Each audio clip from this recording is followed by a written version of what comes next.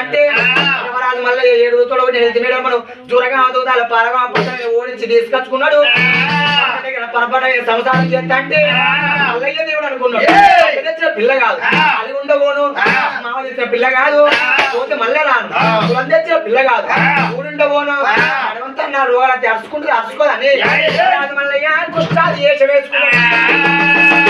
కుష్టాది వేషం వేసుకొని మేడలం మార్చుకోమంటే ఓరి మల్లు కుంగలు నువ్వు ఉన్నావు, గుళ్ళ దీపాలు నేనున్నా, నా గోస తాకిందో నా అన్నదమ్ముల గోస తాకిందో పుష్టాన్ని ఏషం వేసింది. అంతరం అయితే చేసుకున్న కర్వానికి నిరంతరాల మాలెక్కి నీళ్లు వస్తా కింద మొక్కి చేపిస్తారు రాక్కో కడుక్కో అంటాను, రాడమల్లి అంటాంది, కూరమల్లి అంటాంది. ఏ మేడలమ్మ అరుచుకోమంటే అరుచుకుంటలేవు, ఇక్కడ చక్కని సిరిని తీసుకొచ్చి చేతికి ఎదురుండి కట్టి అందుకు సంవత్సరం పోరు పెట్టిపోతే పేరు రమరాజు మల్లయ్య కాదన్నాడు.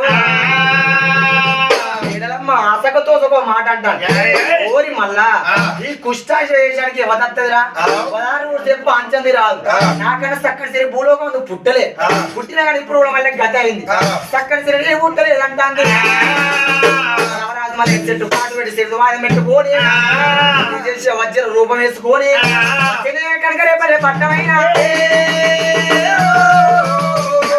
పట్టణంలో పట్టమైకను వాళ్ళు వైకను వాళ్ళు కంప ఎత్తుడు కంపదించుడు వల్ల 6000 అల్లంలో 3000 తిరువందులు పుట్టకాడ గొల్లం అంటే పురుగుముట్ట సెలవు లేదు, కాటికాడ గొల్లం అంటే కలవడ సెలవు లేదు, అంతకాడ గొల్లం అంటే సెలవు లేదు, అంతకాడ గొల్లం అంటే పిడిగయ్య సెలవు లేదు. మరి సత్యమైన గొల్లోళ్ళు ఇళ్ళ గొల్ల కేతమ్మ అలాగే పెరిగింది, బలమైన సుందరి అదే నిన్నదాయి పెరిగింది బాల కేతమ్మ పొందుడు ఇల్లా వరించిండు. మళ్ళీ 5 వేలుకున్నాడు. మళ్ళీ కొల్లకేతలు పెళ్లి చేసుకొని మరి 12 ఎకరాల పరపన్న ఏటికి ఏమో ఎదురులు కట్టిండు. కాటుకు సౌదపోరు ఎట్లా పెట్టాలని సల్ల కవ్వ చేసిండు. సల్ల గుంజల కాడేమో సల్ల చేసి మరి సల్ల కంపెనీ ఒక కేతమ్మకి ఎత్తిండు, కూరగాయల కంపెనీ ఒక మేడలమ్మకి ఎత్తిండు. గొల్లకేతం ఏమన్నది సల్లో అమ్మ సల్లని కేతమ్మ అన్నది. ఎన్నో ఎమ్మ ఎన్నో మేడలమ్మ కూరగాయలమ్మ నెత్తుకొని టమాటాలు పిచ్చికాయలు టమాటాలు పిచ్చికాయలు ఉంటాయి. అదే పచ్చికాయల పేరు గట్ల పచ్చికాయలు నా కూరగాయలు నా ఇష్టం నీకేమొస్తాంది అది అమ్మే విధానం అని ఉండాలి. వాటెప్పుడు పోతుంటే తడమాటలు అంటే ఎవరు తీసుకుంటే చల్ల అంటూ ఎవతివే నువ్వెవతివే అంటావా రమరాజు అందం అని ముడిచినావు. అందం ఎన్ని రోజులకు పొందపాలు అన్నం అనేది అందరి కోసం, మనసు అనేది ఒక్కరి కోసం. రమరాజు మల్లయ్యను కానిపోని మాట్లాడినందుకు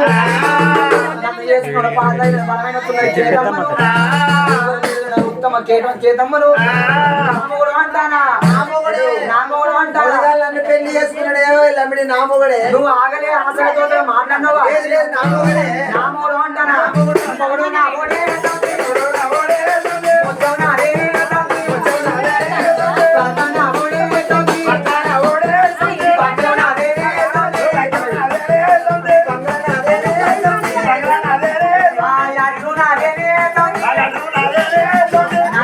లాటు నీదంటే తడుకున్న డోరు నాదే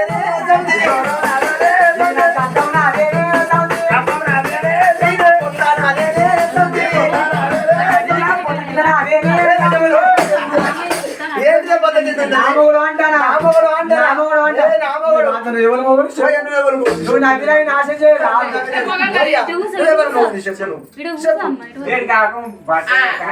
నామోడు నా 3000 మధ్య ఏమనుకుంటారు? అక్కడ నామోడు అంటానా కొడితే